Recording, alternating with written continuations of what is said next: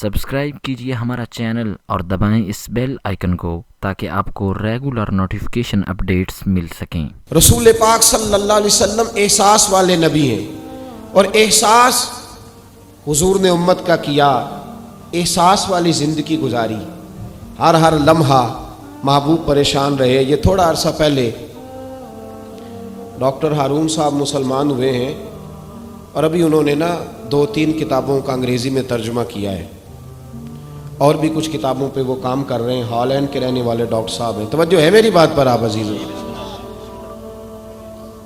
Doctor صاحب کہتے ہیں کہ میں نے یہ سنا تھا کہ مسلمان دہشت گرد ہیں، یہ بم بلاسٹ کرتے ہیں۔ تو میں جہاں لفظ اسلام آتا تھا وہاں سے میں تھوڑا بچ جاتا تھا، پیچھے ہٹ جاتا تھا، لیکن میرے مزاج کے اندر یہ بات شامل تھی کہ میرے اندر اللہ نے بڑا انسانیت کا جذبہ رکھا ہوا تھا۔ تو میں ایک تنظیم قائم کر رہا تھا، میرا خیال تھا کہ ایک ایسی جماعت بناؤں کہ جو پوری دنیا کے اندر اسلام، توجہ ہے میرے عزیزوں کی، کہتے میرا خیال تھا ایسی جماعت قائم کروں کہ جو پوری دنیا میں لوگوں کی خدمت کرے اور بغیر امتیاز کے کرے، اسلام والوں کی بھی اور غیر مسلموں کی بھی۔ لیکن مجھے بڑا دھچکا رہتا تھا کہ مسلمان سخت گیر قوم ہے۔ میں نے بہت ساری جماعتوں کا منشور اور دستور منگایا، اور میں نے کہا میں اپنی جماعت کا دستور لکھوں گا تو پہلے ذرا سارا میں مطالعہ کر لوں۔ ڈاکٹروں کا ٹیبل ہوتا ہے، اس کے اوپر شیشہ لگا ہوتا ہے، نیچے وہ جو چیز ضروری ہوتی ہے وہ رکھ لیتے۔ کہتے ایک مصر کے مولانا صاحب آئے ہوئے تھے ہالینڈ کے دورے پر، اچھی انگریزی جانتے تھے، تو کسی وجہ سے علیل ہو گئے۔ میرے پاس وہ آئے اور انہوں نے دیکھا کہ میں انسانی حقوق پر کچھ لکھ رہا ہوں، کام کر رہا ہوں، تو وہ دیکھ کر کے مجھے کہنے لگے کہ ڈاکٹر صاحب آپ کوئی تنظیم قائم کر رہے ہیں؟ میں نے کہا ہاں۔ تو کہتے انہوں نے ہلکا سا ٹچ دیا، زور نہیں دیا، اور ویسے بھی جو ہلکی بات ہوتی ہے وہ ذرا دل میں جلدی بیٹھ جاتی ہے۔ کہتے ہیں ہلکا سا ٹچ دیا، کہنے لگے اگر کبھی موقع ملے تو میرے نبی پاک کی بھی سیرت پڑھ کے دیکھیں، بس ہلکی سی بات، اور وہ جملہ چھوڑ گئے۔ اعلیٰ حضرت فاضل بریلوی علیہ رحمہ نے لکھا ہے ضروری نہیں کہ تم جو کہہ رہے ہو وہ منوا کے اٹھو، لیکن میسج ضرور چھوڑ دیا کرو۔ جب انسان کے ذہن میں بات ہوتی ہے یہاں سٹاک ہوتا ہے جب بات کا، تو جب وہ کام کرنے لگتا ہے تو ایک دفعہ وہ بات سامنے ضرور آتی ہے۔ کہہ دیا کرو۔ انہوں نے کہہ دیا کہ ڈاکٹر صاحب ایک دفعہ حضور کی سیرت بھی پڑھ لیں۔ کہتے ہیں میرے ذہن میں بات بیٹھ گئی، مصروف آدمی تھا، زیادہ تو نہیں میں مطالعہ کر سکتا تھا، لیکن میں ایک دن 10 منٹ گھر میں ملے تھے تو میں کمپیوٹر پہ بیٹھا، اور میں نے کہا کہ انگریزی میں جو کتابیں حضور سید عالم صلی اللہ علیہ وسلم کی سیرت کی ہیں ان کو ذرا دیکھتا ہوں۔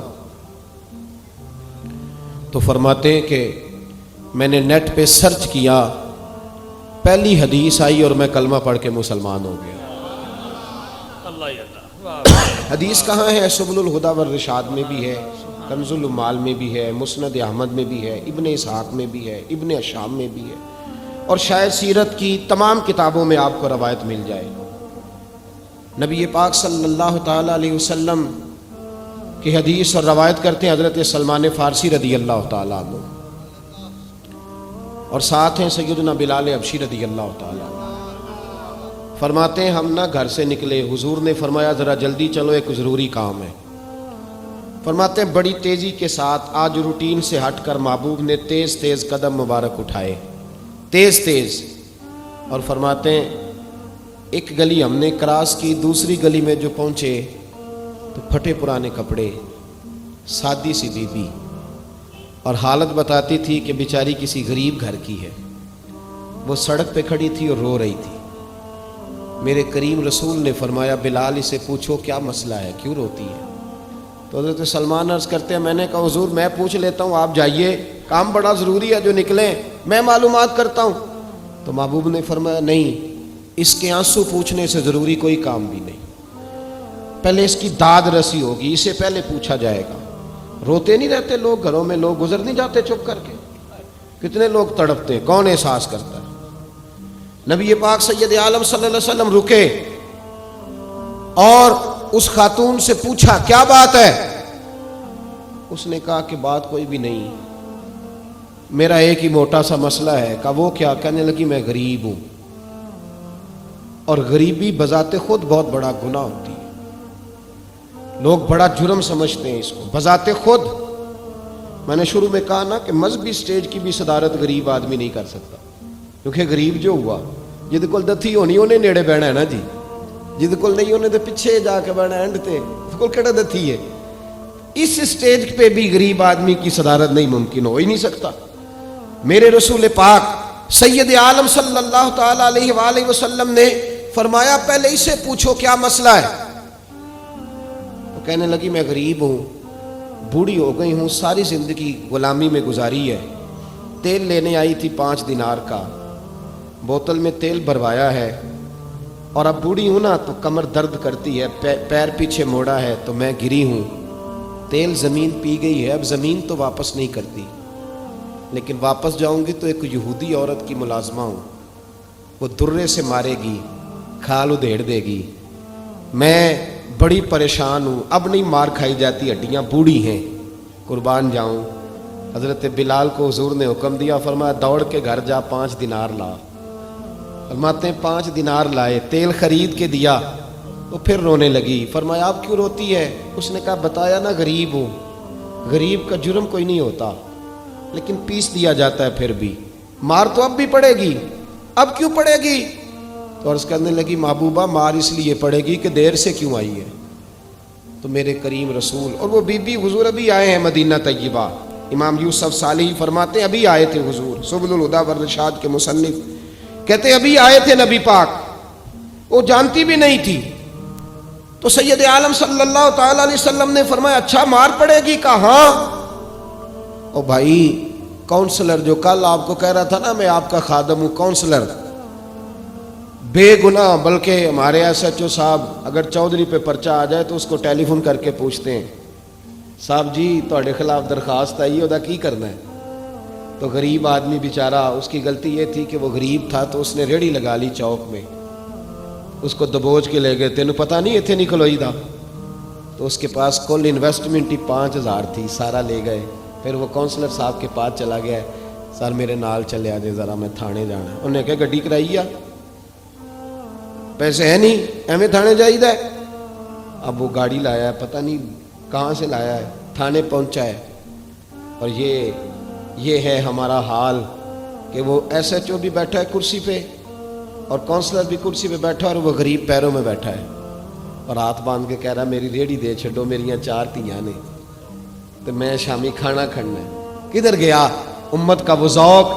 ساری زندگی نعتیں سننے والوں بتاؤ تو صحیح نعت نے تاثیر کیا دی ہے روح کو؟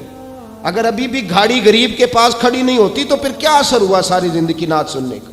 میرے مصطفیٰ کریم سید عالم صلی اللہ تعالی علیہ وسلم نے فرمایا اس خاتون سے یہاں کونسلر ساتھ نہیں جاتا, کہتا ہے کر دیا ٹیلی فون, سویرے 9 بجے پہنچ جانا.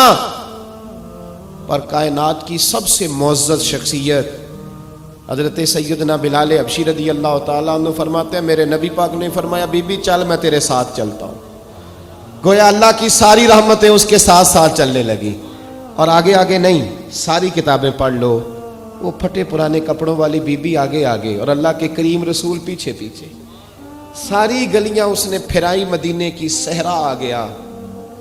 ایک دروازے پہ دستک دی, سے مالکن آئی. وہ بی بی بعد میں کہتی ہے میں بھی بڑی ڈاڈی تھی, طاقت ہی نہیں تھی میرے سامنے کو کھڑا ہو سکے, لیکن جب میں باہر نکلی تو میں نے نور کے حالے میں لپٹی ہوئی ایک عظیم ہستی کو دیکھا. فرماتے محبوب کے گورے چٹے رنگ کے اوپر کالی زلفیں اور محبوب پاک کی مقدس آنکھیں جب تک بات کرتے رہے نظریں زمین پہ جھکی رہیں.